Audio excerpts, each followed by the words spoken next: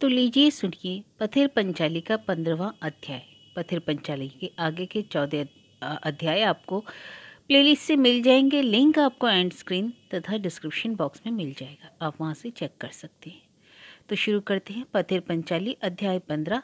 लेखक विभूति भूषण बंदोपाध्याय।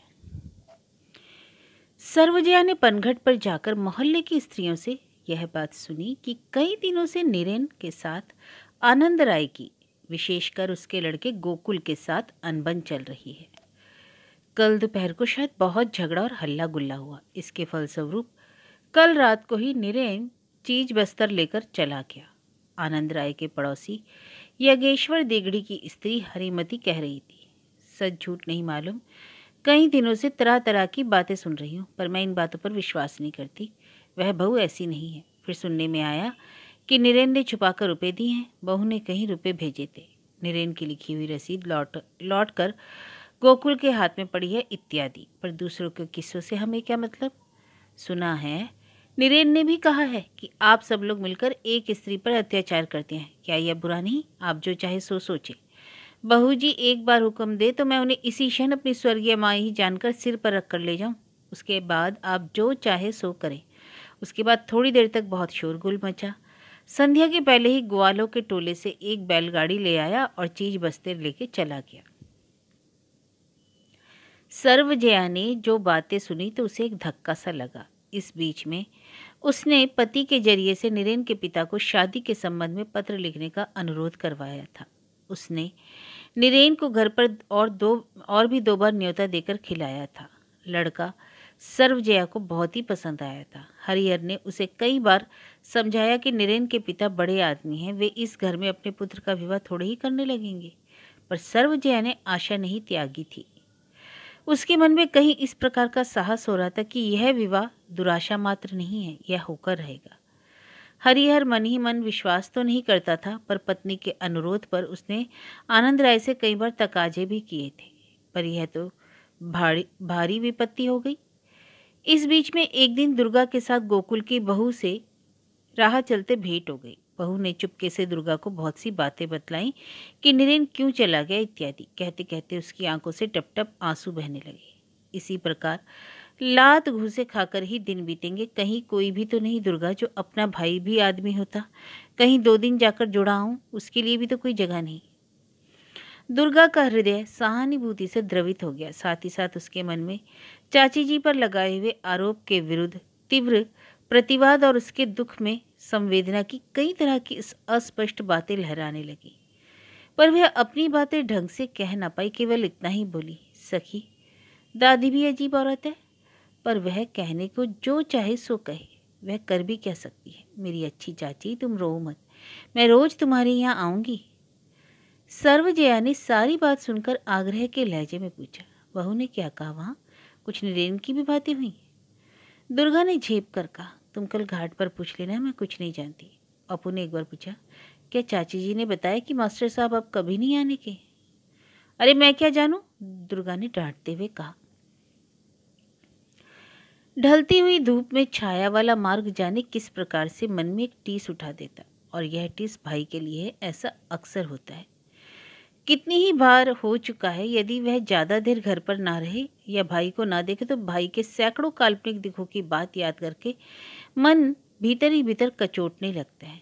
दूध और आलता की मिलावट से बने हुए रंग जैसा गोरा चिकटा और सोने की गुड़िया जैसा भाई एक मैली अधफटी धोती पहनकर दरवाजे के सामने अकेले अकेले कौड़ी डाल डालकर बैगन के बीज हार जीत रहा है। वह उससे एक आध चीज खरीदने के लिए पैसा मांगता है, पर वह दे नहीं पाती, इसलिए मन में पीड़ा बनी रहती है। कई दिनों के बाद भुवन मुखर्जी के घर में रानी की दीदी की शादी तो समाप्त हो गई, पर अभी भी सब नाते रिश्तेदार नहीं गए। लड़के बच्चे भी बहुत हैं। एक छोटी सी लड़की के साथ दुर्गा का घनिष्ठ परिचय हो गया है। उसका नाम टूनी है। उसके पिताजी भी आए। आज दोपहर के बाद अपनी कन्या और पत्नी को वहीं छोड़कर अपने काम की जगह पर गए हैं। लगभग 1 घंटा बाद संजली मालकिन का ध्यान, जो इस कमरे में काम कर रही थी, टूनी की माँ की तरफ गया। संजली मालकिन ने सहन में आते हुए कहा, क्यों री हंसी, क्या बात है, तू घबराई हुई क्यों लगती है?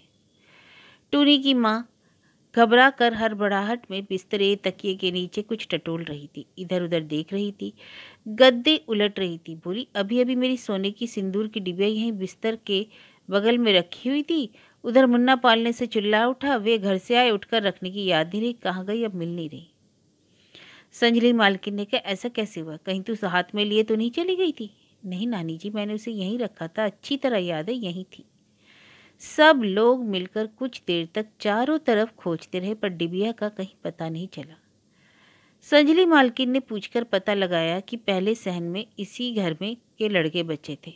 इसके बाद जब खाना खाने के लिए बुलावा आया तो सब लड़के खाने को चले गए। उस समय बाहर वालों में बस दुर्गा ही थी। संजली मालकिन की छोटी लड़की टेम्पी धीरे से बोली, इधर हम लोग खाना खाने गए और इधर दुर्गा दीदी पीछे के दरवाजे से चली गई, अभी अभी फिर से आई है। संजली मालकिन ने चुपचाप कुछ सलाह मशवरा किया, फिर रुखाई के साथ दुर्गा से बोली, दुर्गा डिबिया दे दे, बता उसे कहाँ रखा है, अभी निकाल। दुर्गा का मुंह सुनकर सूख कर इतना सा हो गया। संजली मालकिन के रंग ढंग देखकर उसकी जीभ मुंह के अंदर ऐंठ सी गई। उसने अस्पष्ट स्वर में क्या कहा समझ में नहीं आया। टूनी की माँ इतनी देर तक चुप थी, एक भद्र घर की लड़की पर इस तरह चोरी का आरोप लगाते देखकर अवाक रह गई। विशेषकर वह दुर्गा को कई दिनों से देख रही थी। देखने में सुंदर है, इसलिए दुर्गा उसे पसंद भी आई थी। क्या उसके लिए चोरी करना संभव है, बोली संजली नानी। उसने शायद ना ली हो, वह क्यों?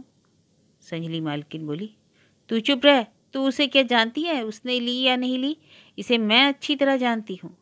एक ने कहा, तूने ली हो तो निकाल दे, नहीं तो बता दे कहाँ है, बस सारा मामला खत्म हो जाएगा। अच्छी बेटी, दे देना, क्यों झूठ मूठ। दुर्गा जाने कैसी हो गई, उसके पैर थर थर काँप रहे थे। उसने दीवार से पीठ लगाकर कहा, चाची जी मैं तो नहीं जानती कि डिबिया कहाँ है, मैं तो। संजली मालकिन ने कहा, तेरे इस कहने से मैं मानने वाली थोड़ी हूँ, जरूर इसी ने ली है, इसकी आंख से मुझे पक्का विश्वास है। सीधी तरह कह रही हूँ कि कहाँ रखी है चीज़, मिल जाए तो कुछ नहीं कहने की, मुझे तो बस चीज़ चाहिए। पहले वाली नातेदारिन ने कहा, भद्र घर की लड़की चोरी करती है, ऐसा तो कभी सुनने में नहीं आया, क्या इसी मोहल्ले में रहती है? संजली मालकिन ने कहा, लातों के देवता बातों से नहीं मानते, जरा मजा चखा दूं कि दूसरे घर की चीज उड़ाने से क्या कसाले होते हैं, आज मैं तुझे। बात को उसने दुर्गा का हाथ पकड़कर घसीट कर सहन मिलाते हुए कहा, बोल दुर्गा, अभी भी बोल दे कहाँ रखी है, नहीं बताएगी? नहीं तो कुछ नहीं जानती, तू आई है बड़ी दूध की धुली, दूध मुही, जल्दी से बता, नहीं तो दांत तोड़कर रख दूंगी। बोल जल्दी बोल, अभी भी बता दे। टूनी की माँ हाथ पकड़ने के लिए आगे बढ़ ही रही थी कि इतने में एक नातेदारी ने कहा, जरा गम खाओ ना, देखती नहीं हो, इसी ने जरूर उठाई है, चोर के लिए बस मार ही दवाए, अभी चीज़ दे दे, बस झगड़ा खत्म, यूँ झूठ मूठ। दुर्गा के सिर के अंदर जाने कैसा कर रहा था। उसने असहायता के लिए साथ ताककर बड़े ही मुश्किल से ऐठी हुई जीभ से किसी तरह गिड़गिड़ा कर कहा, चाची जी मैं तो नहीं जानती, जब वे लोग चले गए तब मैं भी तो बात कहते कहते वह भय से अभिभूत होकर संजली मालकिन की आंख में आंख गड़ाकर दीवार की ओर जाने लगी। बात को सबने मिलकर बड़ी देर तक उसे समझाया, पर वह एक ही रट लगाती रही, मैं नहीं जानती, नहीं जानती। किसी ने कहा, पक्की चोर है। टेम्पी बोली, चाची जी बाग के आम नीचे गिरे कि बस। अंतिम बात से ही शायद संजली मालकिन की कोई चोट उभर आई। एकाएक बुरी तरह चीख कर बोली, पाजी बदमाश चोर खानदान की, तू डिबिया नहीं देगी? अच्छा देखती हूँ कैसे नहीं देती।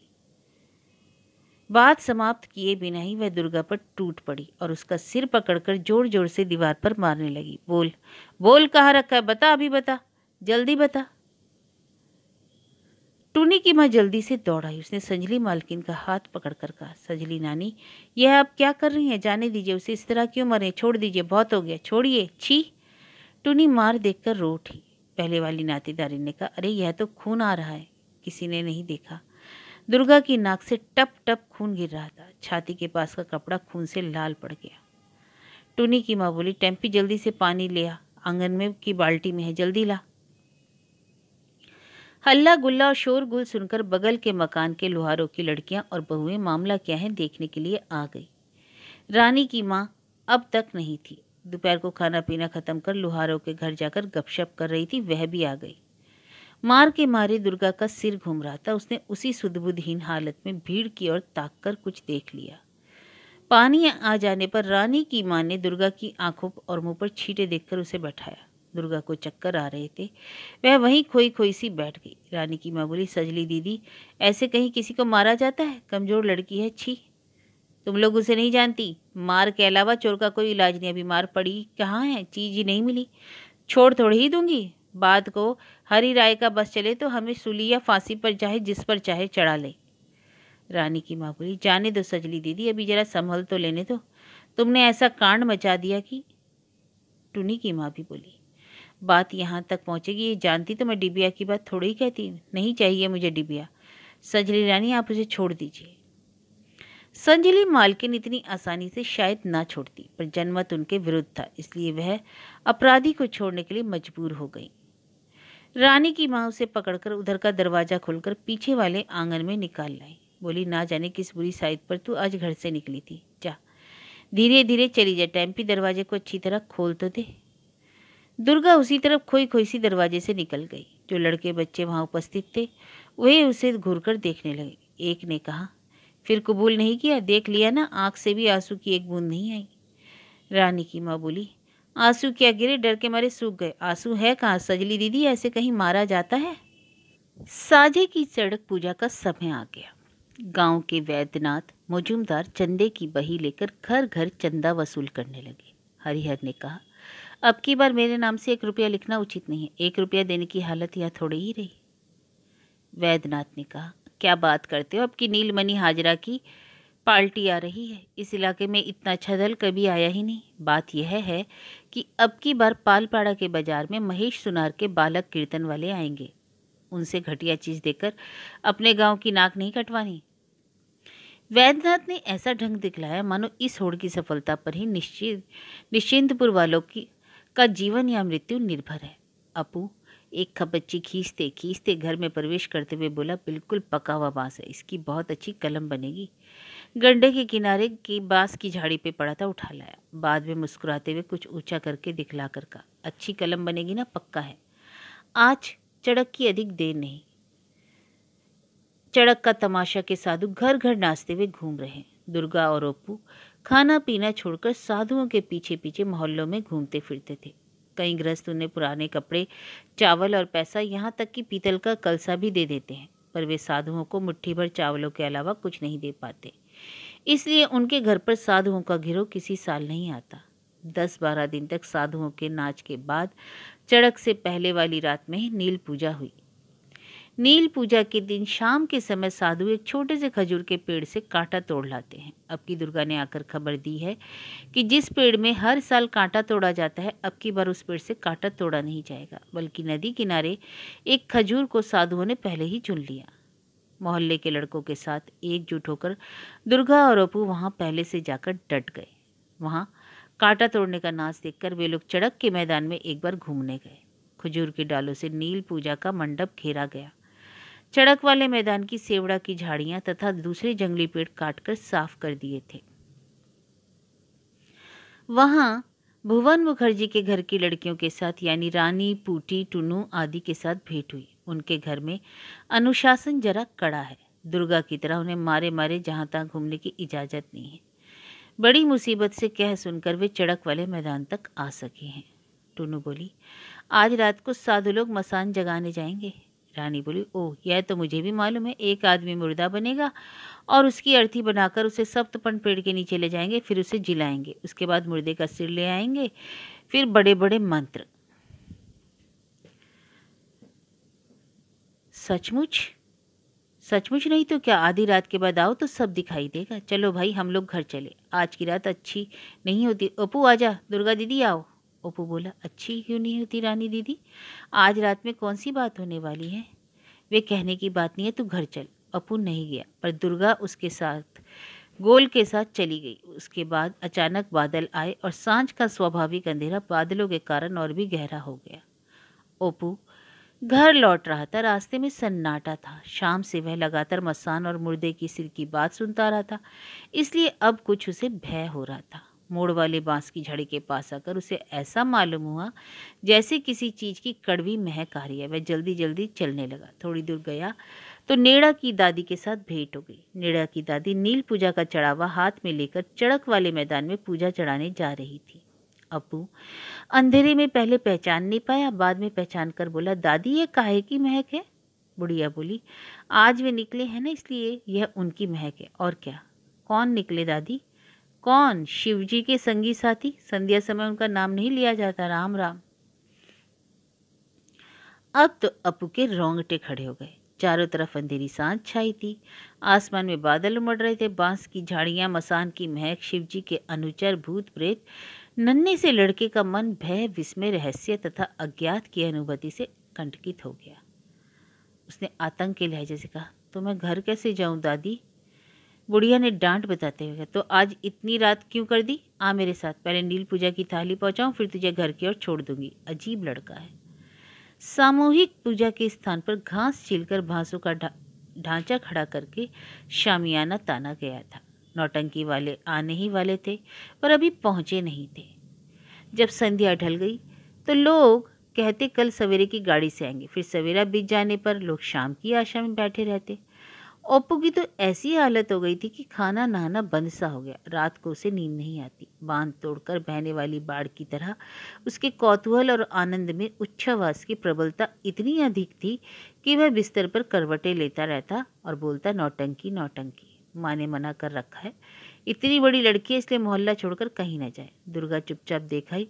फिर उसने राजलक्ष्मी से यह बताया कि किस प्रकार रंगमंच की सजावट हुई है और बांस पर लाल और नीले कागज की छटा दिखाई पड़ रही है। सारी बातें सुनकर अपू के मन में यह बात आई कि जिस पंचानन तल्ले में वह दोनों जून कौड़ियाँ खेला करता है, उस तुच्छ, अत्यंत परिचित, मामूली स्थान पे आज या कल नीलमणि हाजरा की पार्टी की नौटंकी की तरह एक अभूतपूर्व घटना होगी। क्या यह संभव है? विश्वास नहीं होता। एकाएक सुनाई पड़ा कि आज शाम को नौटंकी का दल आएगा। सुनते ही ढेर सा खून फेफड़े से एकदम छलांग मारकर सिर में पहुंच गया। कुम्हार टोले के मोड़ पर दोपहर के बाद सब लड़के खड़े थे। उन्हें दूर से एक बैलगाड़ी आती दिखाई पड़ी। इस पर नौटंकी की साज सज्जा के 1 2 3 4 5 बक्से लदे हुए थे। पोटू ने बक्सों को उंगली पर गिनते हुए उल्लास भरे लहजे में कहा, अपू भैया, हम लोग इनके पीछे पीछे चलकर देख न ले कि ये कहाँ रहेंगे, कहाँ टिकेंगे। साज सज्जा की बैलगाड़ियों के पीछे नौटंकी के दल बल चले आ रहे थे। सबके सिर पर मांग बनी हुई थी और कईयों के हाथ में जूते थे। पटू ने एक दाढ़ी वाले को दिखाते हुए कहा, यह राजा बनता है क्यों अपू भैया? उसके लिए आकाश और सारे वातावरण का रंग बदल गया। अपू ने बड़े उत्साह के साथ घर लौटकर देखा कि उसके पिता सहन में बैठे कुछ लिख रहे हैं और अपने मन में कुछ गुनगुनाते भी जा रहे हैं। उसने सोचा पिताजी को भी नौटंकी वालों के शुभ आगमन की बात मालूम हो, इसलिए वे इतने खुश नजर आ रहे हैं। उसने हाथ हिलाकर बताते हुए कहा, पिताजी, साज सज्जा की 5 गाड़ियां हैं, बहुत बड़ा दल है। हरिहर यजमानों को देने के लिए देसी कागज पर कवच लिख रहा था। उसने मुंह उठाकर विस्मय के लहजे में कहा, मुन्ना, काहे की साज सज्जा? अपू को आश्चर्य हुआ। उसको लगा पिताजी को इतनी बड़ी बात भी नहीं पता। उसके मन में करुणा उमड़ आई कि पिताजी इतना भी नहीं जानते। सवेरे उठकर अपू को पढ़ने के लिए बैठना पड़ा। थोड़ी देर बैठकर उसने रुआंसा होकर कहा, पिताजी, पिताजी, मैं चड़क वाले मैदान में जाऊंगा, सब जा रहे हैं, मैं यहाँ बैठकर पढ़ता रहूंगा, कहीं इस समय नौटंकी शुरू हो गई तो? उसके पिता ने कहा, पढ़ो पढ़ो, जो नौटंकी शुरू होगी तो नगाड़े की आवाज भी सुनाई देगी। अधेड़ उम्र में लड़का हुआ है और फिर खुद हर समय प्रवास में रहता है, इसलिए जब थोड़े दिनों के लिए घर आता है तो लड़के को आंखों से ओझल नहीं करना चाहता। अभिमान और क्रोध से अपू की आंखों में आंसू हो गए। उसने रूंधी हुई आवाज में शुभंकरी पढ़ना शुरू किया। पर सवेरे तो नौटंकी नहीं होती। खबर मिली कि उस दिन होगी। शाम के समय अपू माँ के पास जाकर रुआसा होकर पिता के अत्याचार की कहानी का वर्णन करने लगा। सर्वजया ने आकर कहा, अजी, लड़के को जाने दो ना, साल भर का त्योहार है, तुम तो साल में 9 महीने घर पर नहीं रहते। वह एक दिन की पढ़ाई ना करेगा तो क्या हो जाएगा? अपू को छुट्टी मिल गई। उसने सारी दोपहरी चड़क वाले मैदान में काट दी। शाम को नौटंकी शुरू होने से पहले ही वह घर में खाना खाने आया। पिताजी सहन पर बैठकर कवच लिख रहे थे और दिन उसे पिता के पास बैठकर इस समय पढ़ना पड़ता है, पर लड़का कहीं नाराज ना हो जाए, इसलिए पिता ने उसे खुश रखने के लिए तरह तरह के कौतुकों का आयोजन किया था। बोला, मुन्ना, चट से स्लेट पर यह तो लिख लाओ, वह आया भूत। अपू ऐसी अद्भुत बात सुनकर हंसने लगा। कुछ देर तक इसी तरह चलता रहा। फिर वह कहता, इसके बाद चला जाऊंगा। जाना जाना जरूर जाना, पर इस बात को स्लेट पर जल्दी से लिख लाओ तो। कहकर उसने फिर एक अद्भुत बात कह दी। अपू फिर हंस पड़ा। आज अपू को ऐसा मालूम हुआ जैसे कोई प्रचंड शक्ति उसको उसके पिता के पास खींच रही है। पिताजी निर्जन छाया भरी शाम के बांस की झाड़ियों से घिरे मकान में अकेले बैठकर लिख रहे हैं, फिर भी ऐसी कोई शक्ति नहीं जो अपू को आज यहाँ बैठाए रखे। यदि वे इस समय कहें कि बेटा पढ़ने बैठो, तो चारों तरफ से भयंकर चिल्लपो मच जाएगी, जैसे सब लोग मिलकर कह देंगे नहीं नहीं, यह नहीं हो सकता, नौटंकी तो शुरू ही होने वाली है। उल्लास की किसी प्रबल शक्ति ने जैसे उसके पिता को आज के लिए असहाय निरह दुर्बल कर दिया। दुर्गा बोली, अपू तू माँ से कह कि मैं भी तेरे साथ तमाशा देखने जाऊंगी। अपू बोला, माँ दीदी मेरे साथ चलेगी, बुराई क्या है, चिक से घिरी हुई जगह पर दीदी बैठेगी। माँ बोली, अभी रहने दे, जब उस घर की स्त्रियां जाएंगी तब मैं उनके साथ जाऊंगी, उस वक्त मैं मेरे साथ चलेगी। चड़क के मैदान में जाने से पहले दुर्गा ने अपू को बुलाकर कहा, अपू सुन जा, जरा हाथ तो फैला। अपू ने हाथ फैलाया तो दुर्गा ने उसके हाथ में 2 पैसे रख दिए और उसके हाथ को अपने हाथ में रखकर मुट्ठी बांधते हुए कहा, जा 2 पैसे की मीठी खीर ले लेना, नहीं तो लीची खा लेना। इसके 7 दिन पहले अपू ने एक दिन चुपचाप दीदी से आकर पूछा था, दीदी तेरे गुड़ियों के बक्स में 1 पैसा है, मुझे 1 पैसा दोगी? क्यों, क्या करेगा? लीची खाऊंगा। शर्माकर हंस पड़ा। बाद में सफाई देता हुआ बोला, वैष्णव के बाग में मचान बांधी है, बहुत बड़ी लीचियां गिरी हैं, 1 पैसे में 6 बड़ी बड़ी लीचियां मिल रही हैं। सत्तू ने खरीदी, साधन ने खरीदी, पैसा है। पर दुर्गा के गुड़ियों के बक्स में उस दिन कुछ नहीं था, इसलिए वह भाई की मांग पूरी ना कर सकी। अपू को निराश होकर लौटते हुए देखकर उसे कष्ट हुआ, इसलिए कल शाम को चड़क का तमाशा देखने के नाम पर 2 पैसे मांग लिए। भाई एक सोने की गेंद की तरह गोल मटोल है, यदि यह भाई किसी बात पर मचल जाए और वह पूरी ना कर सके तो उसके मन में बहुत दुख होता है। अपू के चले जाने के बाद उसकी माँ घाट से आकर बोली, दुर्गा एक काम तो कर, रानी के बाग से 2 सफ़ेद गंध बेदाली के पत्ते ले आ, अपू की तबीयत ठीक नहीं है, उसका शोरबा बना लूँगी। माँ की बात पर वह एक छलांग में रानी के बाग में पहुंची और वहां से वह घनी झाड़ियों से दवाई के पत्ते खोजने लगी। बचपन में सीखी हुई फूफी से एक तुकबंदी भी साथ ही साथ वह गुनगुनाने लगी।